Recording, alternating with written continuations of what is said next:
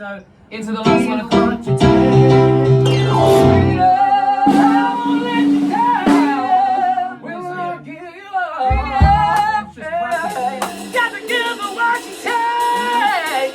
Mate, thanks very much for your time. This is the first time that we've had a proper chat because, usually it's quick. Hey, mate, are you doing the rhythm part or the lead? And like, hi, how you been? Oh, yeah, let me just plug in this guitar or whatever it is in Darren's room. So it's going to be nice to be able to actually sit down with you properly.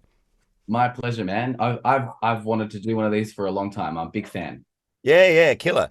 So, all right, would you share who is Shaun to the masses checking this video out? Cool. You know when someone asks you a question and you start answering it and you get a few sentences into it and you realize that you've lost them? I tend to do that when I answer that question because I'm like, oh, well, I do this thing called projected twin and I've done that since 2010. And that's this like prog alternative one-man band thing, but I also have been a professional singer, touring around the world. So I do everything from the most like straight down the middle to obscure, like European inspired indie rock proggy stuff. That's my thing. I'm a singer who likes to imitate real musicians. There is that saying, you got to fake it till you make it. If you continually do it, surely at some point you must be considered a musician, surely. To someone. I'm very, very critical of myself, only because guitar is what got me into music. I've always loved guitar. I've never, ever found the discipline to become the type of guitarist that I admire. And I work with these real guitarists all the time. But as time went by, found that I could express myself as a singer far easier than as an instrumentalist, but I am obsessed with people that nail their instruments. That's a total thing, isn't it? I find for me that certain instruments and certain genres, certain techniques or whatever, sometimes I get really surprised and I think, wow, I think I've got it. And then there's other things that's a lifelong search that I don't think I'll ever get. Yeah. There's a few moments. There's been a moment or two where I've dipped my toes into the experience of like having an instrument in my hands or sticks in my hands or whatever and going like, yeah, like I'm a musician. But it's very fleeting.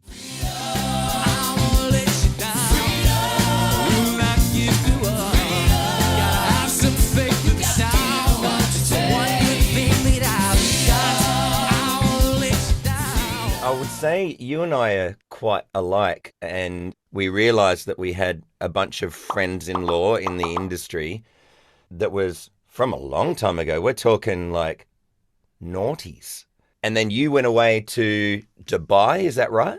That's right, yeah. So from 2007 to about 2013, I half lived in Australia, half lived in Dubai. Yeah. Yeah. And so what was the life like there as a muso?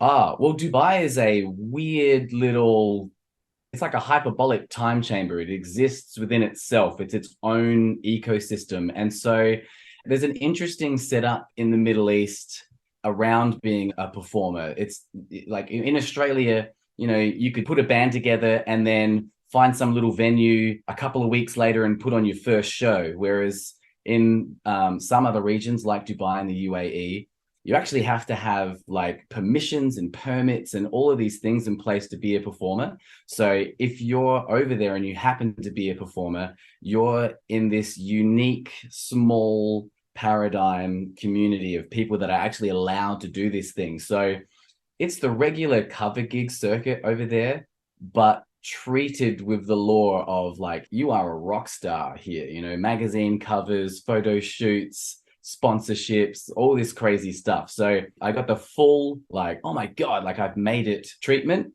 But we're just playing the classics, playing the hits. Yeah, right. And then at some point you were a contestant on The Voice, is that right? Yeah. So in 2021, I was on season 10 of The Voice. Right. So that's quite some time later. Yeah. So tell us about that. What was that like? There's a long drawn out process that happens before you hop on the stage and audition in front of the backs of those big red chairs. So there's interviews, and this was right in the height of COVID time as well. So a lot of the preliminary stuff was done over Zoom, to like panels of producers and, music MDs and all kinds of stuff. So lots of moving parts. And I just had it in my head. I didn't know when I first signed up that Keith Urban was going to be one of the judges. And I really got onto Keith Urban, I think like maybe late 2000s, when he did this awesome collaboration with John Mayer on this Crossroads thing. Fell in love with this song of his. I tend to not necessarily be a huge fan of a particular artist, but sometimes just really fall in love with like one or two of their songs, and like that's the song, because I'm like all about the song. It's all about the song. How does the song make me feel? So I was in love with this song, found out Keith Urban was going to be one of the judges, and I just had this vision in my head that regardless of whatever happens, I'm going to perform with Keith Urban, and it's going to be this one song that I love. And a lot of people have asked me, like, was the performance with Keith, predetermined? Was that set up? Did you know it was going to happen? Did they tell you to say this? Did they tell you to say that? And I told nobody except my family. I just told my wife and my 3 kids. Then you get invited to be a part of Sing It Live. What was that process like? So a good friend of ours, Cam Blockland. Cam is a fantastic singer himself, but Cam loves singers. Singers, and he loves range, and I'm Mr. Range, or I try to be Mr. Range. And equally, he's the guitarist I always wish I had sat down and taken the time to become. Anyway, so Boys of Summer came up, and Cam was going to be the vocalist for Boys of Summer. And he just wasn't really digging the way it was coming out for him. And so he put the suggestion forward to Darren. He said, hey, I know this guy. I think he'd be great for it. You should give him a call. And I think maybe even in the same week, I was there doing the first session. Darren, never met Darren before. I've obviously been aware of him for a really long time. So you've done quite a few Sing It Live songs. I have now, yeah. Yeah, there was a time where I vaguely remember that you'd be there occasionally being the singer guy, and then all of a sudden it's guitars, guitars, and more guitars. How cool, Yeah. right? So how's your experience overall? How could you sum up being in Sing It Live? Faith.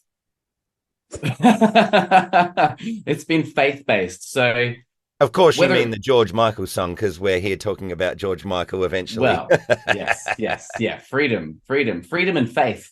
Yeah, just pretty much how everything's gone since I made the decision that this was what I was going to do with my life. I just dive off and hope for the best, and hope very hard to not disappoint somebody or leave them in a situation where they can't use the thing that they've got. And so I've been at myself for being disorganized for a very long time. And, I'm still working on the thing on the way to the gig or whatever. And I have since learned that I better know how the song goes, but I don't want to know too much about how it goes with me doing it, because if I spend too much time on it, I will psych myself out. And I don't know if you've experienced it as well, but so I found that I am massively intimidated by pressure, but then happen to respond to it in the moment really well. Well said.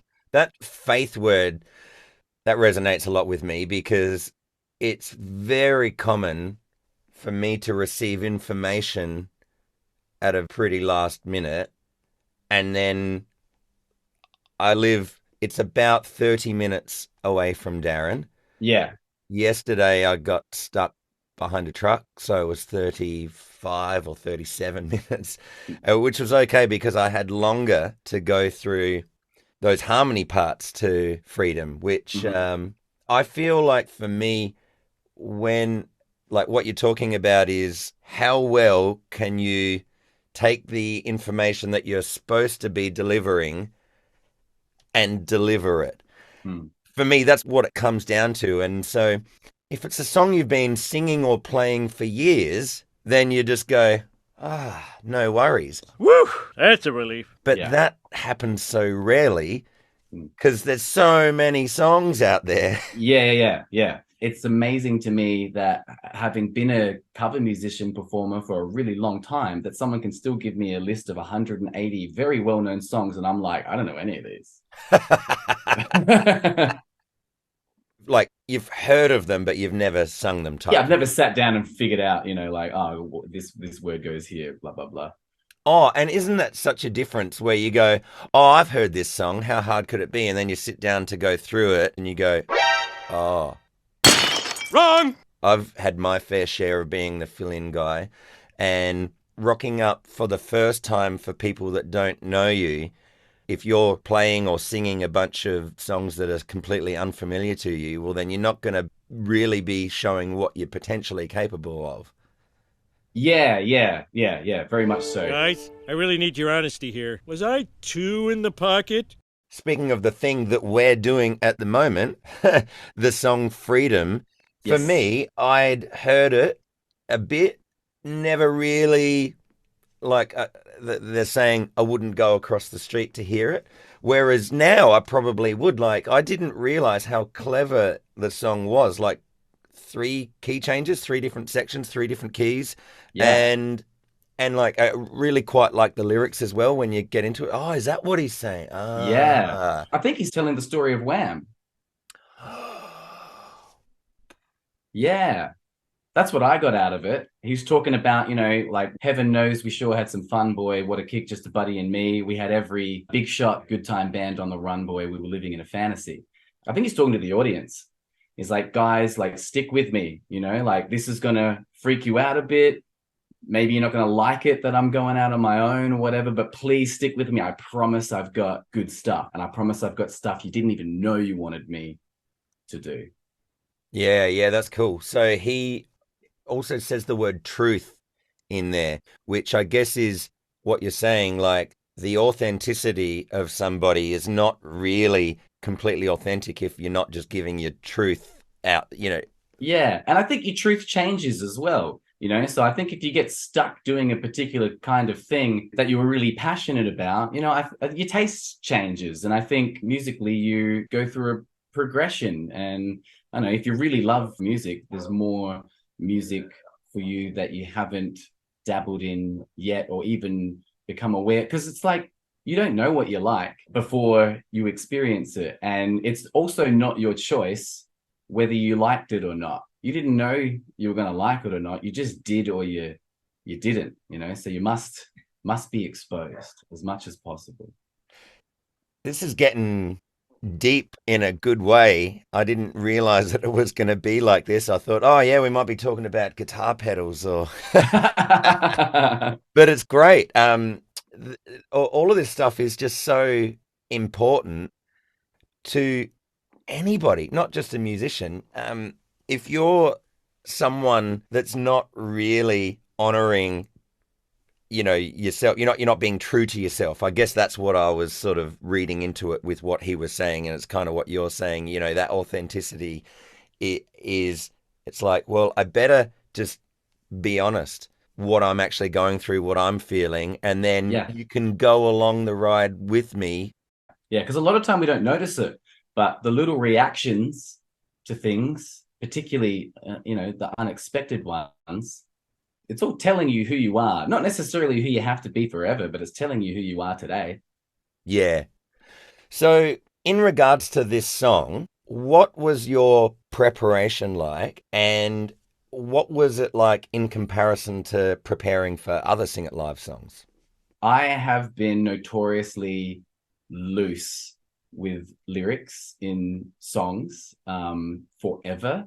And so that's been a new skill that I've had to figure out. And in the very early days of me jumping into Sing It Live stuff, really freaked me out because you got to sing the right words, man. You got to. So I've had to come up with a new method for myself to learn, like particularly Freedom. There's a lot of words. It's a 6-minute song. Yeah. There's 2 verses, a really long bridge, and it's not like the lyrics are quite fast as well. There's a lot going on. There's a lot of syllables to get down. So I've had to figure out how to get as many words memorized in my brain in the shortest amount of time. Lyric learning for me is a struggle. That's not one of my specialties. What's your process? What's your method? So I can't have the lyrics in front of me. I'm not diagnosed, but I have some sort of attentional deficit going on. I can't karaoke. I can't sing, listen, and read at the same time. So I have to sit down. I have to start the song from the very beginning. First couple of words, all right, cool, got it. Back to the beginning. Next 4 words, all right, back to the beginning. And this is where I have to be really honest with myself, because basically I'm training myself to be able to get it all in one, you know? So if I get halfway through the second verse and I fluff one word, I've got to go right back to the beginning. I can't be doing this thing where that word flies by and I'm like, oh, I'll get that next time. So I just keep ironing out the creases. It takes me about an hour to memorize the lyrics of a song like Freedom. It took me about an hour. Some songs a bit luckier. Other songs, you know, there's ones where you're like, we already know all the choruses, you know, because you've heard it that many times, you know all the choruses, that's fine. So it's usually verses and bridges that are the tough one. So yeah, I just iron it out. And then eventually it just becomes second. I can still remember all of the lyrics for all of the Sing It Live songs that I've done because of that. They just become ingrained. As long as I start at the beginning, I will get the whole way through. Jobs that are that arduous that you're talking about, there's certain jobs for me that feel very painful if I'm only doing that. So, for instance, my preferred time of learning lyrics is in a car. If I'm driving, then I can be still safely driving, and then I'll just, do what you're saying. I'll just hit, okay, I'll go back to the start again, back to the start again. I've also got an app called The Amazing Slowdowner, which you can just, as long as you've got the MP3 yourself on your phone, you can then open it up within that app, and then you just grab a certain loop. So I could, if I've got everything down, but it's only the second verse, I can only listen to the second verse on repeat. Yeah. I think you can actually do loops in YouTube as well. Yeah, and there's also a browser extension you can get now. It's got AI in it. So it does that thing where you could be listening to a song on YouTube and take the vocal out, like take the drums out, like isolate the guitars. I can't remember. It's out there. There's a Chrome extension that will allow you to do that to what you're listening to in real time. Oh, so there's really no excuse, is there? No. But there's nothing that will replace actually doing the work. And it is work, but to me, like, I could be having to clean my gutters on my roof or sitting down learning some lyrics. And bizarrely, if it's a really nice day, sometimes it might be nice to have some sort of a juxtaposition with my life. So I'm not only doing, just lyric learning or just music all the time. But it's such a pleasure, isn't it, to have to work on something that we love doing. That's the attitude that gets me through. So when it's like, as soon as I feel the slightest hint of, I have to remind myself, like, dude, you get to do this. You get to do this. And I have to have a little conversation with like 10-year-old me and just ask 10-year-old me, like, how cool is this? And he's like, this is cool, man. And then we're all good.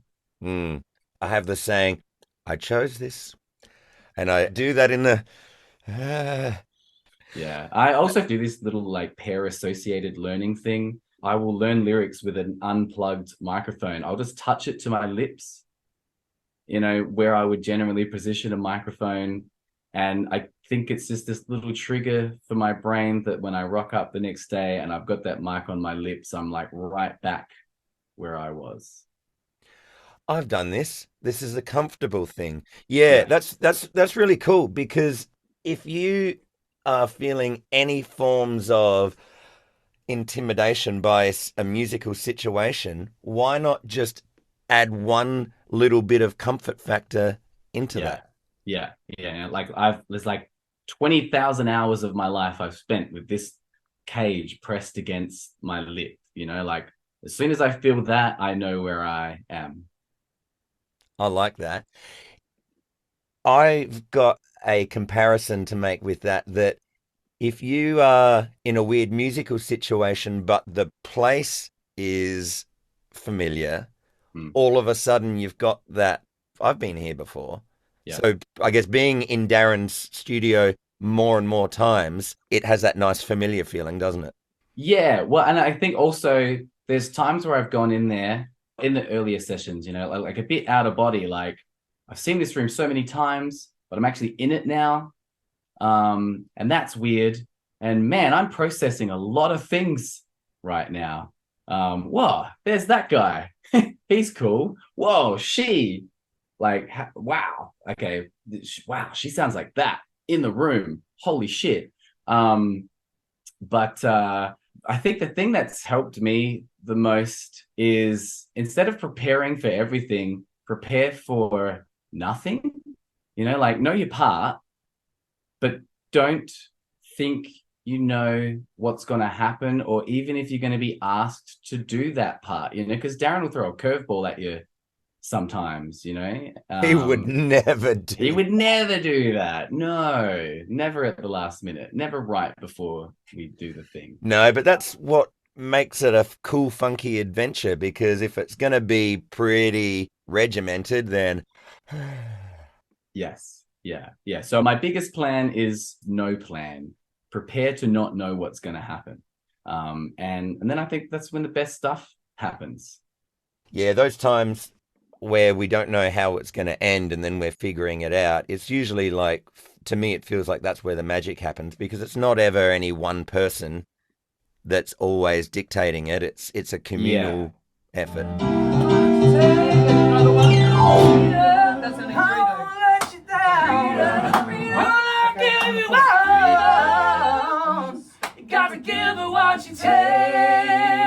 Fix for everything. Oh, When we I need go 3 or 4. and hit that, that's the last one. We do one more after that. That's it. As soon as I hit Okay. that, the band Yeah. stops playing, the drums stop, And we everything. keep going for one more. And I'll Yeah. try and and I'll try and cue everything. Right? This is getting very stressful. That's right. Yeah. Make sure you do Yes. 3 choruses. It's supposed to be freedom. I have a suggestion to make.